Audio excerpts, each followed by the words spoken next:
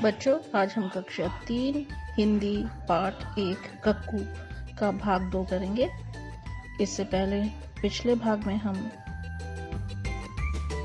पाठ पढ़ चुके हैं और आपको गृह कार्य में कुछ प्रश्न भी दिए गए थे। आशा करती हूँ कि वो सब आपने कर लिए होंगे। आज शुरू करते हैं पाठ के प्रश्न उत्तर से। आइए देखते हैं। प्रश्न 1, कक्कू कौन है? इस प्रश्न का उत्तर आपको स्वयं लिखना है। कक्कू एक डैश है। कक्कू को और किन किन नामों से बुलाया जाता है? इस प्रश्न का उत्तर भी आप स्वयं लिखेंगे। प्रश्न 3 देखते हैं। कक्कू कैसा बच्चा है? कक्कू ऐसा बच्चा है जो दिन भर रोता रहता है, बात बात पर चिढ़ जाता है और उसके साथ थोड़ा सा भी मजाक करने पर वह भड़क जाता है। अब अगला प्रश्न देखते हैं। यह कविता किसने लिखी है?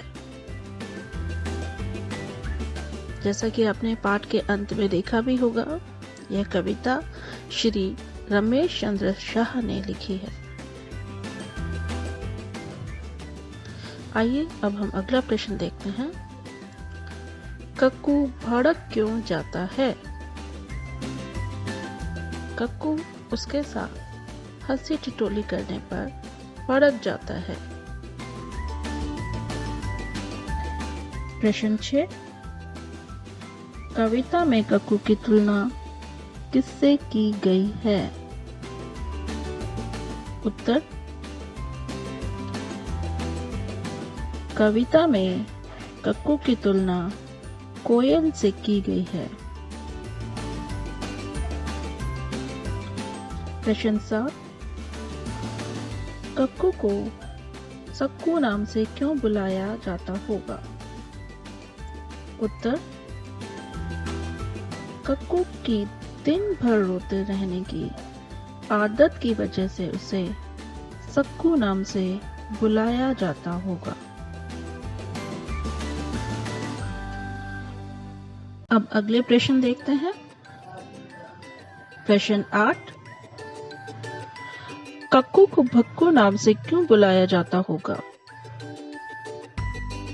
उत्तर, कक्कू अपने साथ हंसी ठिठोली होने पर भड़क जाता है।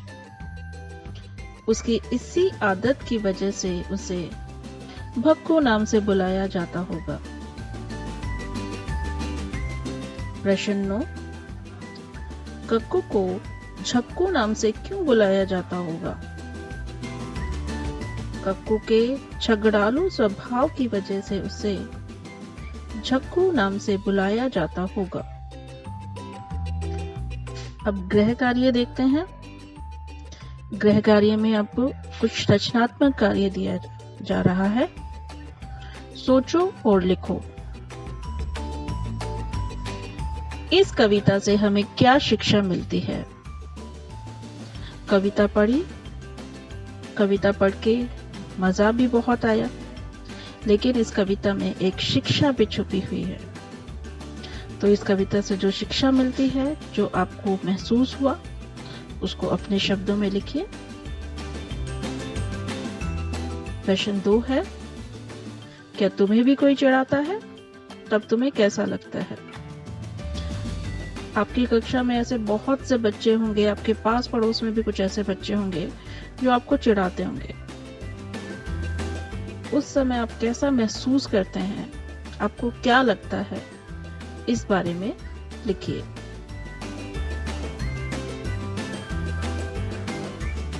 गृह कार्य के साथ आपको एक परियोजना कार्य भी दिया गया है। ये परियोजना कार्य कीजिए और अपने ज्ञान में वृद्धि कीजिए। अपने परिवार के सभी सदस्यों के नाम और उनके नाम के अर्थ पता करके लिखें। इसके अपने परिवार के सदस्यों के अलावा आप अपने जान पहचान के लोगों के भी कुछ नाम लिख सकते हैं और उनके नाम के अर्थ पता करने का प्रयास कर सकते हैं। धन्यवाद एवं शुभ दिन।